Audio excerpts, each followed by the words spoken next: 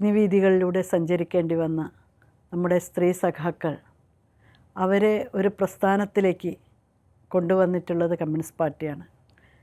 1942 കാലഘട്ടത്തിൽ സഖാവ് കൃഷ്ണപിള്ള കേരളത്തിൽ, അന്ന് കേരള സംസ്ഥാനം രൂപീകരിച്ചില്ലെങ്കിലും മലബാറിലെയും തിരുവിതാംകൂറിലെയും കൊച്ചിയിലെയും കമ്മ്യൂണിസ്റ്റുകാരികളായിട്ടുള്ള സ്ത്രീ സഖാക്കളെ കോഴിക്കോട് ജില്ലയിലെ പുതിയറയിൽ വിളിച്ചു ചേർക്കുകയും ഈ സ്ത്രീ സഖാക്കൾക്ക് 7 ദിവസം നീണ്ടു നിൽക്കുന്ന ക്ലാസ് നൽകുകയും ചെയ്തു.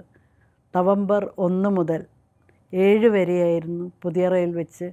അന്ന് കമ്മ്യൂണിസ്റ്റുകാരുടെ ഒരു കമ്മ്യൂൺ കൂടിയായിരുന്നു പുതിയറയിൽ പ്രവർത്തിച്ചിരുന്നത്. അവിടെ വെച്ച് ക്ലാസ് നൽകിയത്.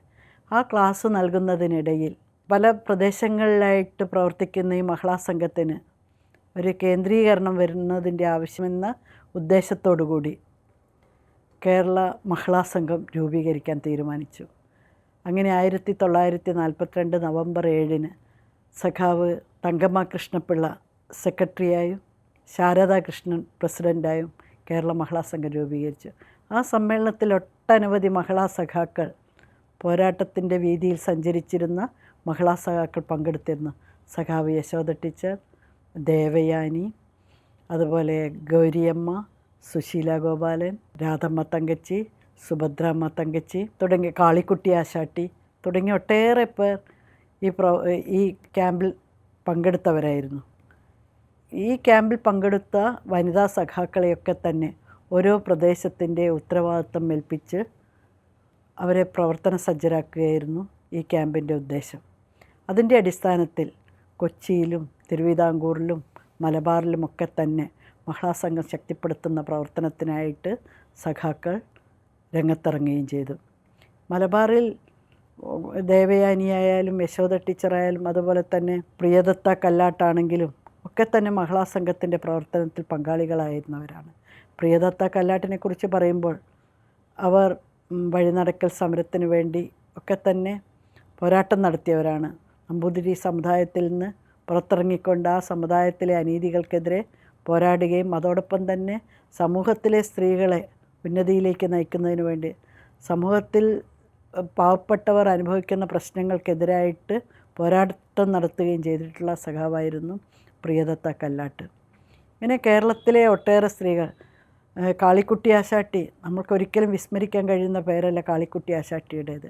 കമ്മ്യൂണിസ്റ്റ് പാർട്ടിക്ക് വേണ്ടി ആശാട്ടി എന്ന പേര് തന്നെ വന്നത് അവർ അവിടുത്തെ തൊഴിലാളികളിൽ വർഗബോധമുണ്ടാക്കുവാൻ വേണ്ടി പ്രവർത്തിക്കുകയും അവർക്ക് വിദ്യാഭ്യാസം നൽകുകയും ഒക്കെ ചെയ്തതിൻ്റെ ഭാഗമായിട്ടാണ് കാളിക്കുട്ടി എന്ന സഖാവ് കാളിക്കുട്ടി ആശാട്ടിയായിട്ട് മാറിയിട്ടുള്ളത്. അവരൊക്കെ നടത്തിയിട്ടുള്ള സമരവീര്യം, സമര പോരാട്ടങ്ങളിൽ കാണിച്ചിട്ടുള്ള സമരവീര്യം ഇക്കാലത്തും നമ്മൾക്ക് പറഞ്ഞറിയിക്കാൻ കഴിയാത്തത്ര വലുതാണ് എന്ന് മാത്രമേ ഞാനിപ്പോൾ പറയുന്നുള്ളൂ.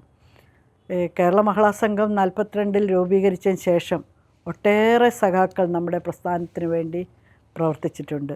ആദ്യമായിട്ട് ഇതിൻ്റെ സെക്രട്ടറിയായിട്ട് വന്നിട്ടുള്ളത് തങ്കമ്മ കൃഷ്ണപിള്ളയാണെങ്കിലും പിന്നീട് 64 കമ്മ്യൂണിസ്റ്റ് പാർട്ടി പിളർപ്പോടുകൂടി മഹിളാ സംഘത്തിൽ നിന്ന് കുറേ ആളുകൾ പിരിഞ്ഞു പോവുകയും, എന്നാൽ മഹിളാ സംഘം ഇന്നേ വരെ ആ സംഘടന ഇപ്പോഴും മാറ്റമില്ലാതെ സ്ത്രീകൾക്ക് വേണ്ടിയുള്ള പൊരുതുന്ന പ്രസ്ഥാനമായിട്ട് നിലനിൽക്കുന്നു എന്നുള്ളതാണ് വസ്തുത. ആ കാലഘട്ടത്തിൽ 64 പിളർപ്പിന് ശേഷം ഈ പ്രസ്ഥാനത്തെ 69 മുതൽ നയിച്ചിരുന്നത് സഖാവ് സി കെ സാലിയായിരുന്നു.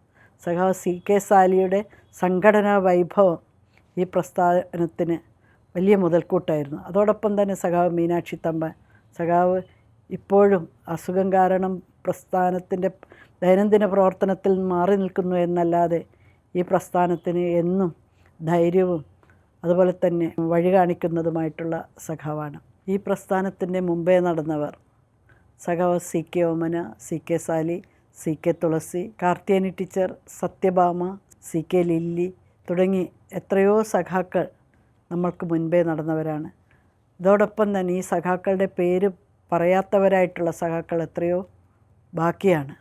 ഈ സഖാക്കളുടെ നമ്മുടെ കമ്മ്യൂണിസ്റ്റ് പ്രസ്ഥാനത്തിൻ്റെ വളർച്ചയ്ക്ക് വേണ്ടി, മഹിളാ പ്രസ്ഥാനത്തിൻ്റെ വളർച്ചയ്ക്ക് വേണ്ടി, സാമൂഹ്യ മാറ്റത്തിന് വേണ്ടി പോരാടിയിട്ടുള്ളവർ, അതോടൊപ്പം തന്നെ ജീവൻ സമർപ്പിച്ചുകൊണ്ട് ഈ പ്രസ്ഥാനത്തുള്ള സഖാക്കൾക്ക് വേണ്ടി പോരാടുന്ന സഖാക്കൾക്ക് വേണ്ടി, അത് കയ്യൂരായാലും കരിവള്ളൂരായാലും കണ്ടംകൈ ആയാലും ശൂരനാടായാലും പുന്നപ്ര വയലാറായാലും അവിടെയൊക്കെയുള്ള സഖാക്കളെ സംരക്ഷിക്കാൻ വേണ്ടി അവർക്ക് വേണ്ടി ഒരു പിടി അരി മാറ്റി വെച്ചുകൊണ്ട് തങ്ങളുടെ ജീവിതത്തിലെ മുഴുവൻ സമയം മാറ്റി വെച്ചുകൊണ്ട് ഈ പ്രസ്ഥാനത്തെ സ്നേഹിച്ച, ഈ പ്രസ്ഥാനത്തിന് വേണ്ടി ജീവിച്ച മുഴുവൻ സഖാക്കളുടെ മുന്നിലും ഞാൻ എൻ്റെ ഈ ഭാഷണം സമർപ്പിക്കുകയാണ്. അഭിവാദ്യങ്ങൾ.